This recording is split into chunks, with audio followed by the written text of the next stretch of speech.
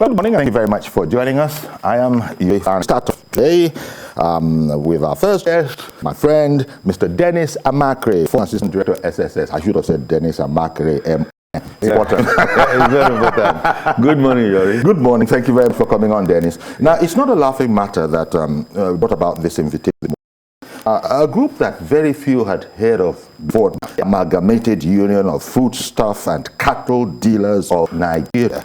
That's the group that reportedly held a press conference complaining that it was being hassled in its ongoing 4-day-old, that is as of yesterday, blockade of food to southern Nigeria. Yes. And that is going to continue, and they've demanded concession from the government to the tune of over 400 billion naira because allegedly their members were killed in the NSAS process and in the Shasha, disturbance.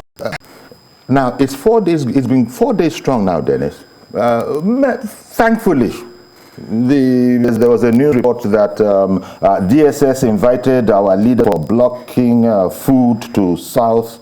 This is attributed to northern traders. What took, my question to you, sir, what took the SSS, whatever is the appropriate organ, what took them that long? 4 days, having announced publicly, it's not a secret plan. What took them that long to invite these people and say, guys, are you for real? You sound like you're in a military regime. No, but this is a democracy. Okay. And then, of course, you know the reason for unionism.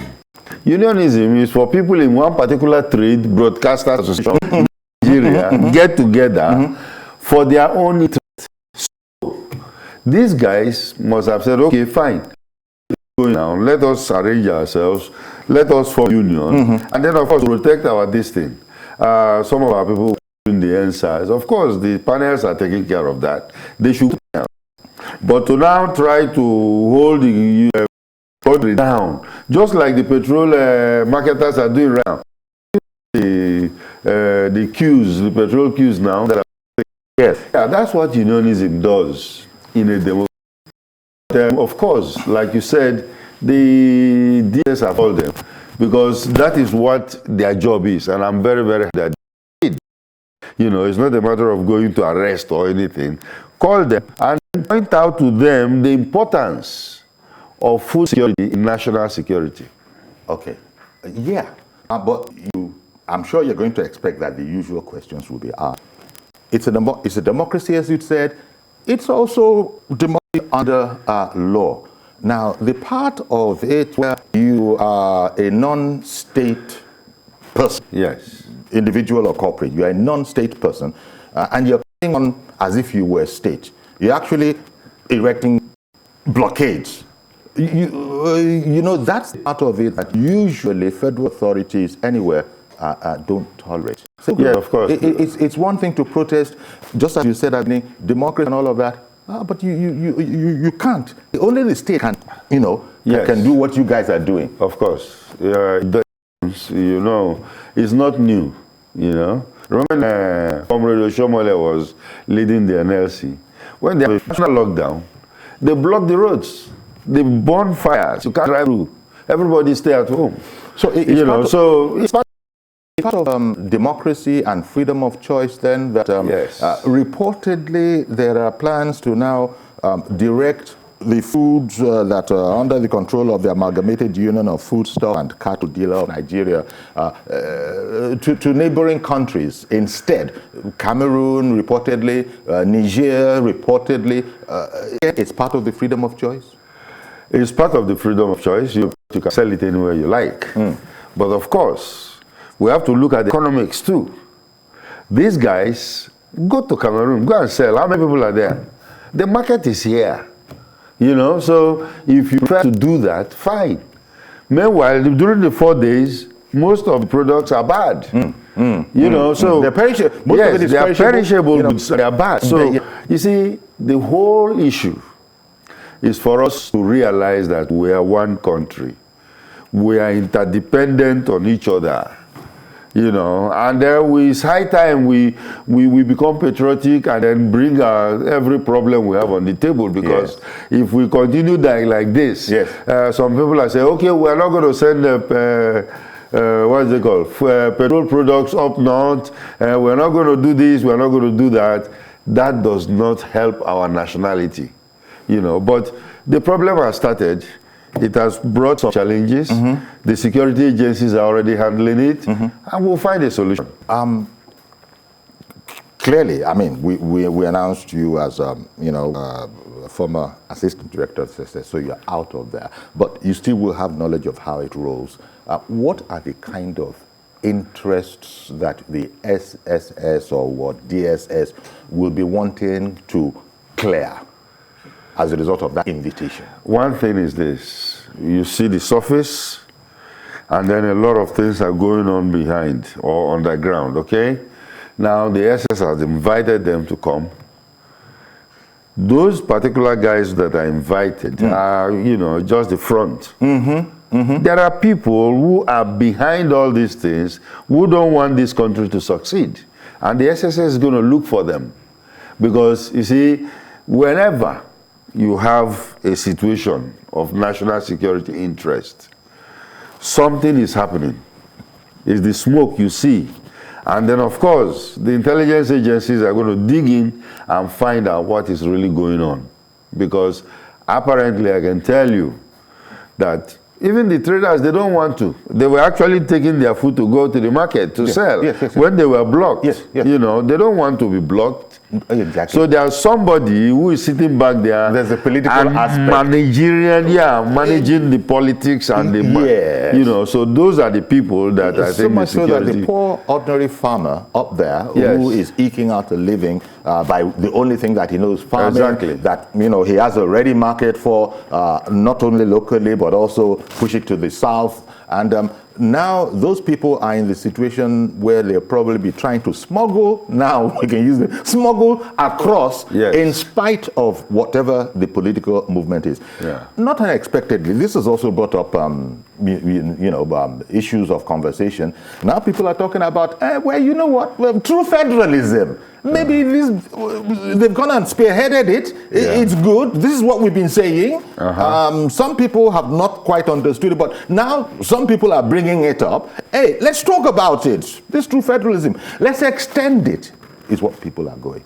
The conversation for Nigerian nationality is a continuous conversation.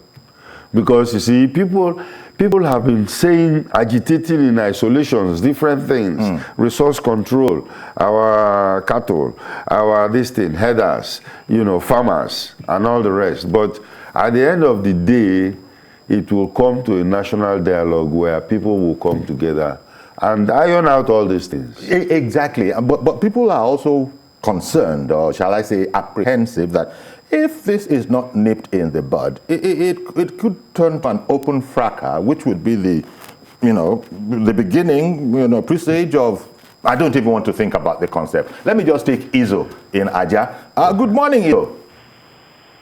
Uncle Yari, good morning. Good morning, ma'am. And your guest. Thank you. Mr. Good morning. He has spoken well. You see, there's no smoke without fire. Exactly. This country, because of all these problems, is nepotism. When you don't take care of some issue, is the body language of our president. I'm sorry to say, it's my view, but when we are going towards this division, you will know that we are not one anymore. This is part of division that people are saying. Nepotism is not good for us. This is the cause of nepotism. When you say 50%, 97% vote, 5% vote, we are not going anywhere. We are more divisive than we are before. Everybody trade together. Everybody do business together. You can see that if you are not for everybody, if the language that I'm for not for everybody, that is a bad language. We are more divided now. And it's not okay. good. Everybody needs each other to progress. Okay, look at what we are facing. You need me, I need. Why are we not one in this country? Why we have the problem and suffering the families? Indeed. But thank you very much for calling in, Izo. Clearly, she also thinks there are those, behind the scene stoking the embers of, quite frankly, division. Exactly. Division and all the things almost that the Minister of Information referred to way back in the time about hate speech, the kind of things that we're hearing. It just needs to be nipped in the bud. So, will you stand on your open for the reticence, the sense of the other separate groups that make anything to this kind of, saying what's going on? They're not going to stand. You have to differentiate between the survival announcement and personal announcements. Yes. I produce this. If I sell to who I want to sell to. Yes. That's personal interest. But food begins to bring starvation. We have to think about where you are going. The problem we are having is to use weapon upon this. They are being divisive about what some people. They can decide to government. You can say you are holding back. All right. You know, of the discussion, the structure. Chidi, are you? Good morning. Good morning, please. See, what means is that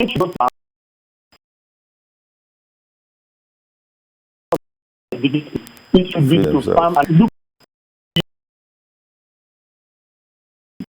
As you rightly said, some people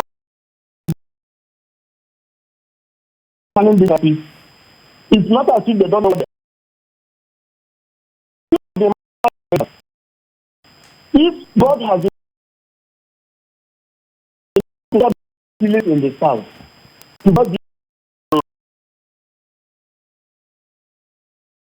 if you are not bringing your cattle down now, it's criminal. Okay. So people shouldn't bother about it.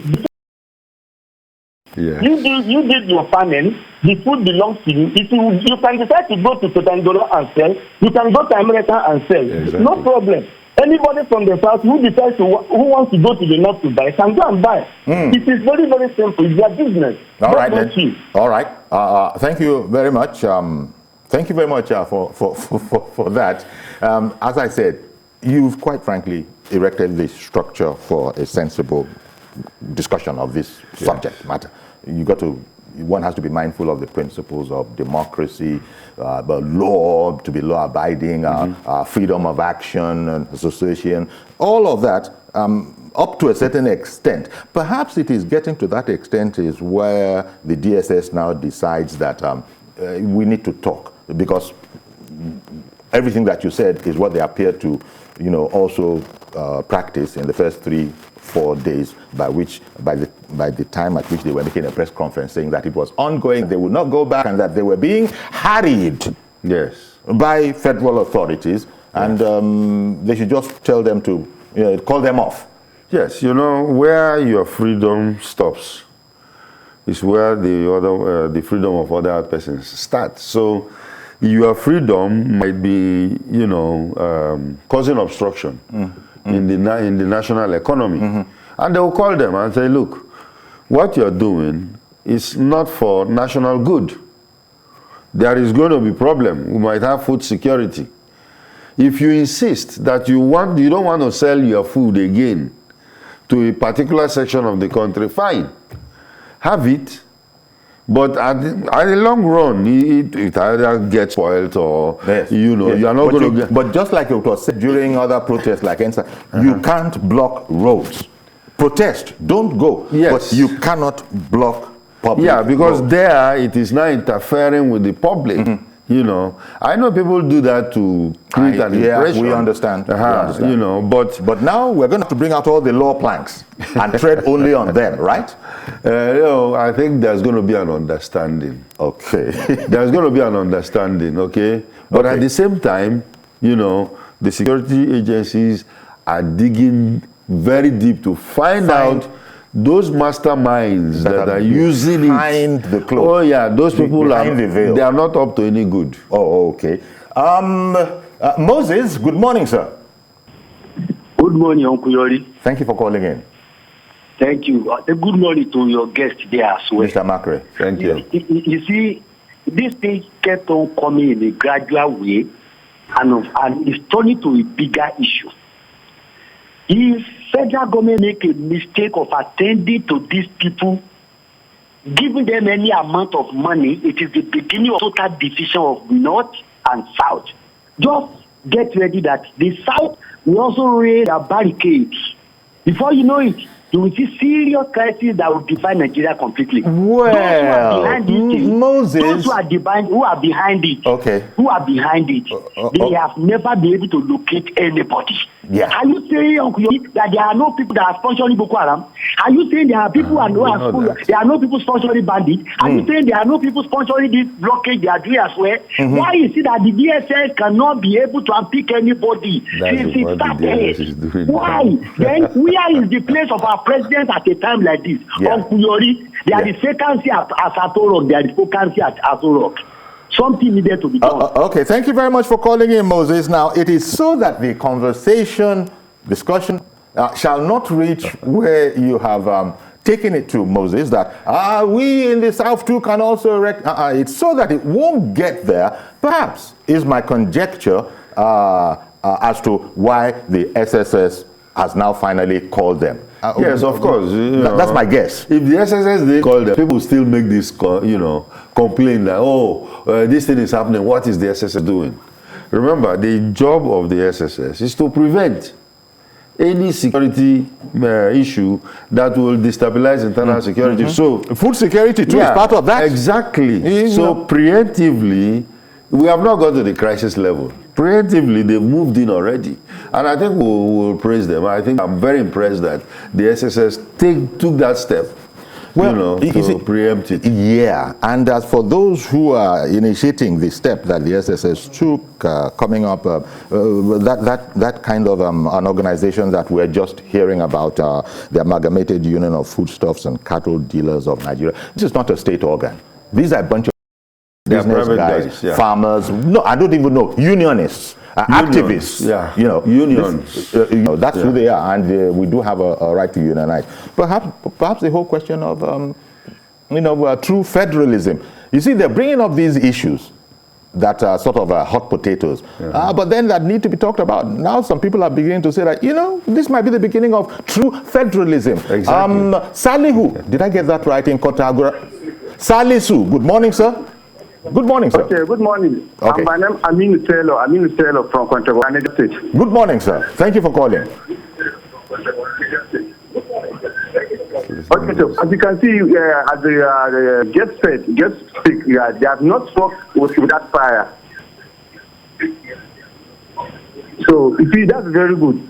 What trigger blockage of food to southern part of the country?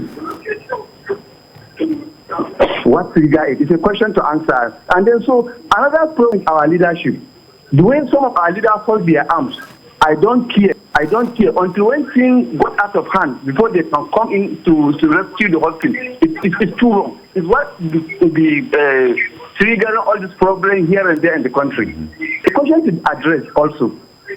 Several occasions, our president, our governors do fold their arms due to politics, and then fold their arms and people butchered, killed, destroy their property, and what have you. Are they not Nigerians? A government to utter that somebody should not go part of the state within the country. It's an issue to address. It has to draw national concern. Okay. Well, thank you very much. Appreciate your call. Thank you very much, sir. Now, he is pointing to the lack of timeliness in reacting to some of these national issues. We're talking about the DSS here. They have the intelligence capabilities. They might have heard about all of this. They might have started work, if they were starting work by the time these people are announcing that it's 4 days ongoing. If they started work because of intelligence 4 days earlier, dialoguing them, bringing people together, maybe this would have been... so that issue of timeliness, do you subscribe to Aminu's idea that our leaders fold their arms until the emergency is upon us, then they start, reacting?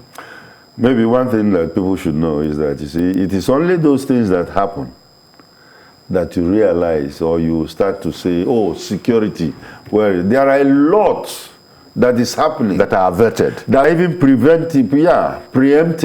Okay. That the public does not hear about. Yes. And they don't have to come out and tell you, oh, this is what wanted to happen and this is what we did. Yeah, okay, I guess that's a fair point. That's a very fair point, that it's only when you hear about it that then you react. But it's also true that they were put there to do their job, and it is when this one happens that we will all begin to talk. So there are those who are saying this is a sort of a failing. The 101 that they have gotten right, that's their job. No, that's their job. You don't run. That's their job. You don't. No, I'm just saying. Yes, I know. I agree with you. You don't run national security on the paper and the pages of newspaper. Okay, Mr. Okoye, good morning. Good morning. Hello. Good morning, sir. Go ahead quickly, please. Am I speaking to TVC? This morning on TVC.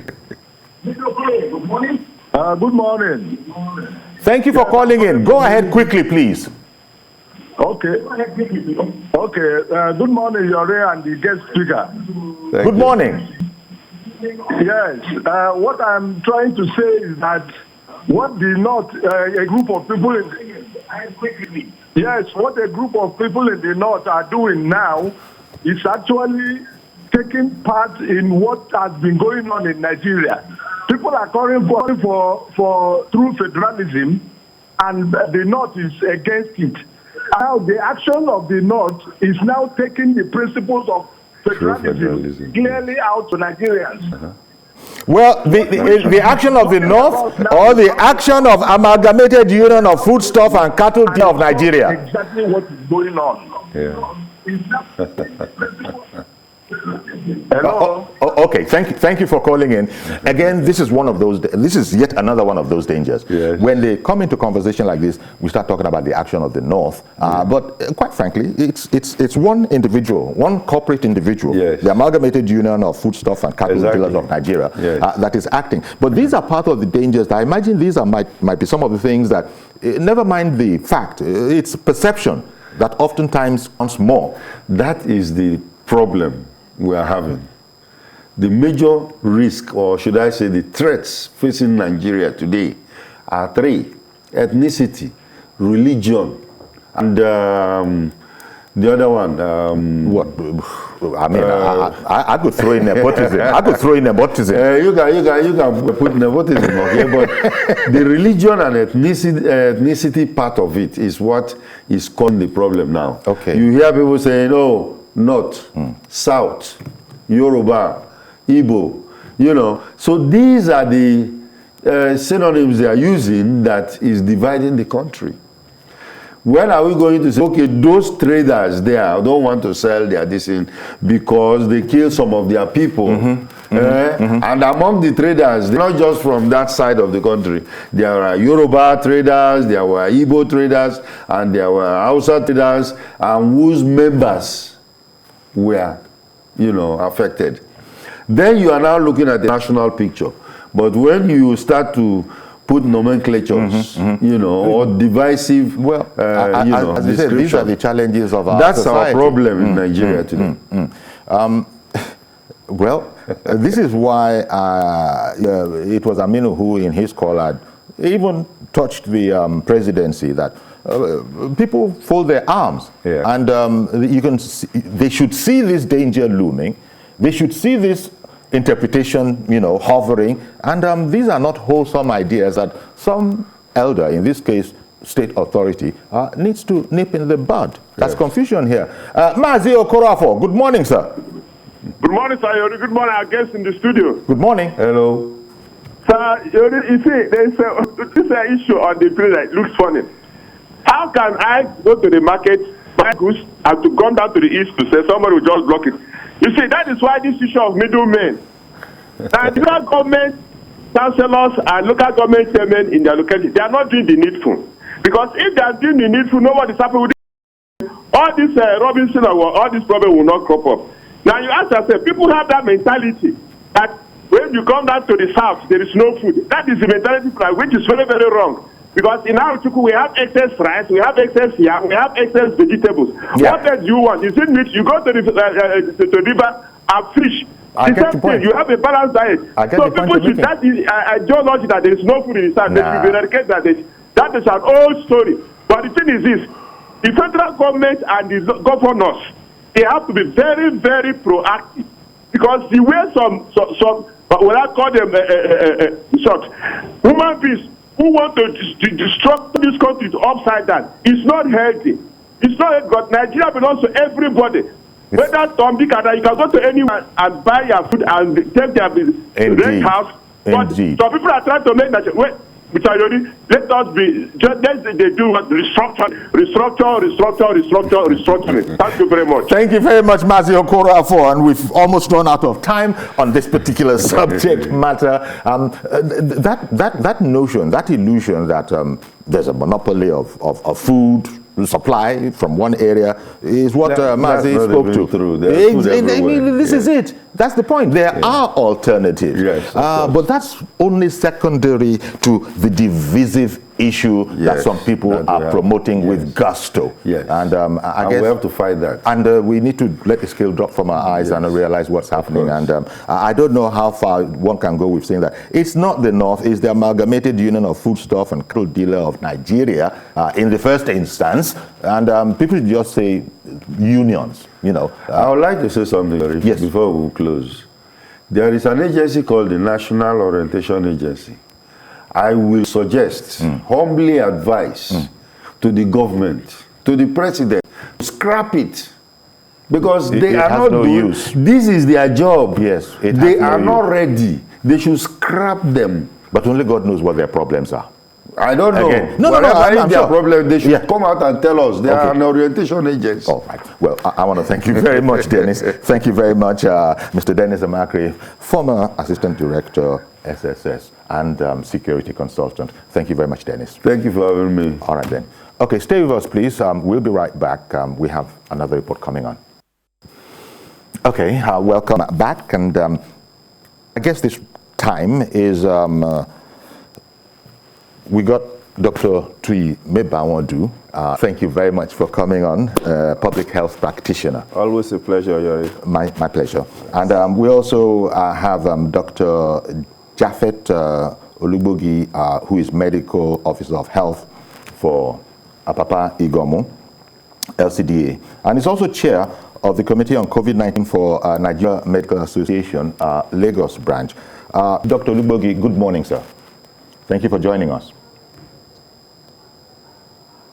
Okay, there are probably issues, we'll sort all of that out, but starting in studio here, around now is when the estimated time of arrival of the first tranche of vaccines to Nigeria.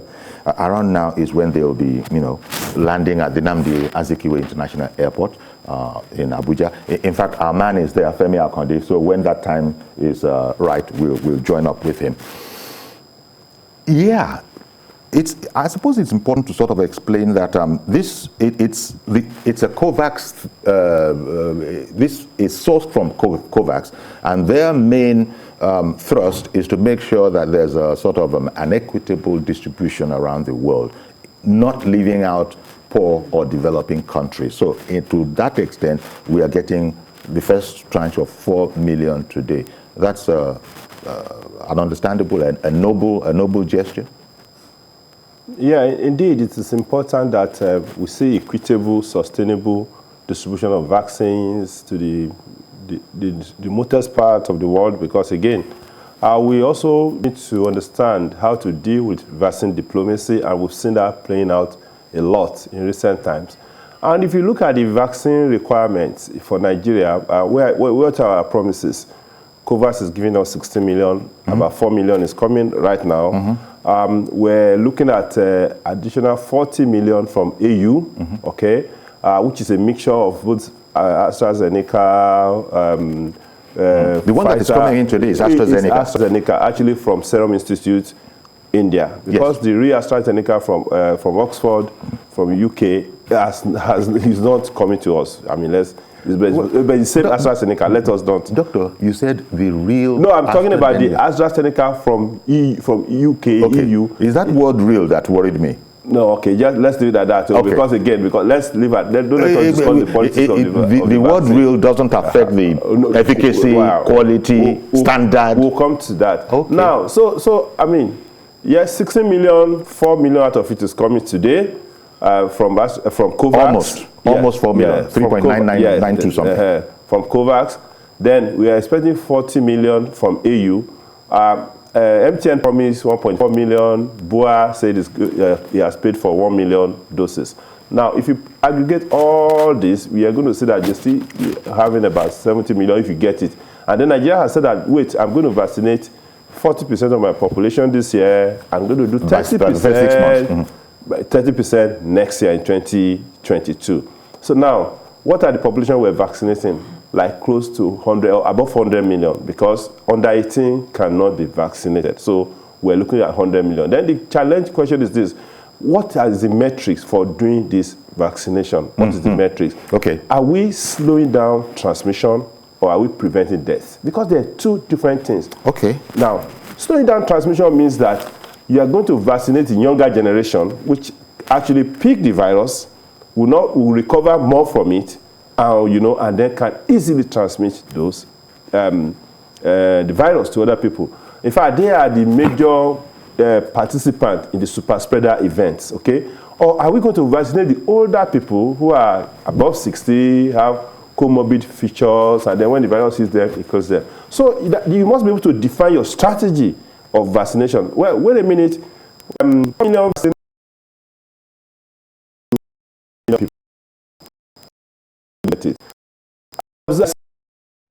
The government saying that the website and I don't honestly understand. So the challenge of deployment of those vaccines is not clear to a lot of us.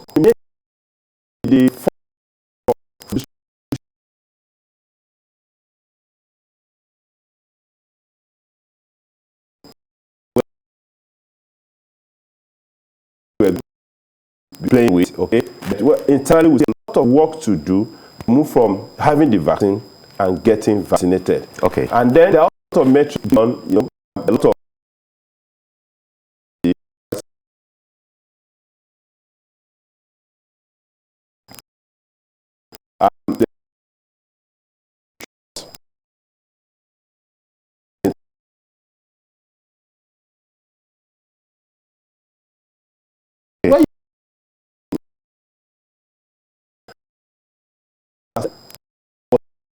in South Africa, in Japan, they don't, because that have 6 years of we have 8% success rate, which they don't like. Strain cannot be curtailed significantly by AstraZeneca. But in that, to give, I would rather have. If Dr. Can you hear us? Yes, I can hear you. Okay, good morning, sir. Oh, okay. Initially, we had the time. So, just by the way, is committee on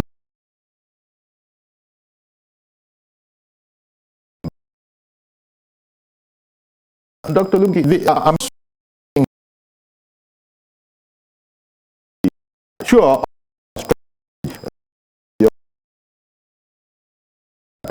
we to be clear on or I'd like to comment on that. On the show. Yes, very important. We need to slow down transmission. If we slow down transmission, people will be less scared. People can go about their daily business. It will also reduce deaths. At least we are preserving life, which is the paramount function of government to protect life and properties. So the two strategies are very important. Do you think we're going to be adopting a dual strategy then? I mean, it's like I got the impression from the comment that came originally from Dr. Mebaudu that to the best of his knowledge, he doesn't know what our thrust is going to be. Maybe it's going to be a two-pronged approach. Is that what you're suggesting? Yes, it's going to be a two-pronged approach. Okay. Dr. Mebaudu. Yeah, it would be nice because, again, if we're going to push for the two-pronged approach, we have now 4 million doses of vaccines. We're going to get, let's see how the thing flows in the year. Maybe we're going to achieve the 40% immunization of Nigeria. But the key issue is this. If I'm going to slow transmission, my focus will be on the younger generation, okay? My vaccination will be focused on younger generation. I want to slow transmission. But the younger generation, the people, above 18 in Nigeria, they just as much as more than 100, just a bit above 100 million people above 18. So I'm going to focus on those ones. But if I want to reduce death or mortality, my focus will be on the older generation and the vulnerable populations. Okay. What are the older generation? People above 60, additional conditions, hypertension, diabetic, immunocompromised, and all those things. That will be the focus. Okay. And then, of course, we know that the frontline people had to be vaccinated first. I mean, I'm just taking them out of the loop of the equation first. But after then, where do we go to? Then, if you need to do, if you want to do those two-pronged approach, like Dr. Lugogi mentioned, then that means that your metric is going to be different. Okay. Now, it's not going to be a metric that's okay. Go right ahead and register, and then we'll see what happens. And then again, we can play to the gallery. That's okay. But at the end of the day, we may not achieve that 40% we are targeting. All right. If we don't get our strategy and focus very right. And by the way, before I'm back to Lugogi on that, just to say that I think we can now reach our man, Femi Akonde, who is at the cargo section of the Nnamdi Azikiwe International Airport in Abuja. Good morning, Femi. Good morning. Okay, so what can you tell us, Femi? The estimate was around 11 a.m. So do we have delivery now? Yes, well, we're still expecting the arrival of that vaccine at the cargo section of the Nnamdi Azikiwe International Airport. It was initially scheduled to arrive at 11 a.m., but we're gathering fresh news now that there has been a delay, 1 hour delay in the arrival of that flight. So it will be coming at midday, 12 noon, thereabout, at Murtala Mohammed International Airport. The government delegation is already arriving at the airport, led by the Secretary to the Government of the Federation, Boss Mustafa, who would receive these vaccines on behalf of the federal government. And some vials of this vaccine will be handed over to NAFDAC to go and test its efficacy and certify it to be good for use by Nigerians. Before then, the rollout proper will begin. First with the frontline health workers, and of course people on emergency duty, especially at the front line in the fight to slow down the spread of the coronavirus. And thereafter, we expect vaccination centers to be set up at the National Hospital, the State House Clinic, at the SGF office, and some strategic places where political leaders, religious leaders, and some leaders of thought would come and openly take this vaccine to just as a sign of approval as a stamp of approval on the efficacy of this vaccine, so that our citizens also will trust the vaccine, because a portal has already been opened for people to register, so that they can get particular dates and time when they can also come for their vaccination. But the first tranche, or the first batch that's arriving, is just about 3,924,000 vials of this COVID-19 vaccine. Nigeria is expecting 16 million. Nigeria is the third West African country that will take delivery of these vaccines after Ghana and Cote d'Ivoire. But the stage is set here, and everyone is here. We're hoping by midday this vaccine will touch ground, received by the SGF, and then there'll be a brief press conference where the government will be telling us about the modalities of the whole rollout program. Yeah, because Femi, right there where you got to, Femi, the modalities of the rollout. I wonder, do you have any indication, no matter how sketchy, as to when the first vaccines will be deployed? And by the way, thank you for that whole background of how the whole thing is going to go. But in terms of the first jab in someone's arm in Nigeria, what kind of estimate do you think we're looking at from now? Well, we expect the first jab to be taken by President Muhammadu Buhari, the President of the Senate, the Speaker of the House of Representatives, the SGF, and then some of these vaccines will be deployed to states, but that depends on priority will be given to states that have the storage facility to keep vaccine, that can also assure the federal government, the National Primary Healthcare Development Agency, that these vaccines will be secured.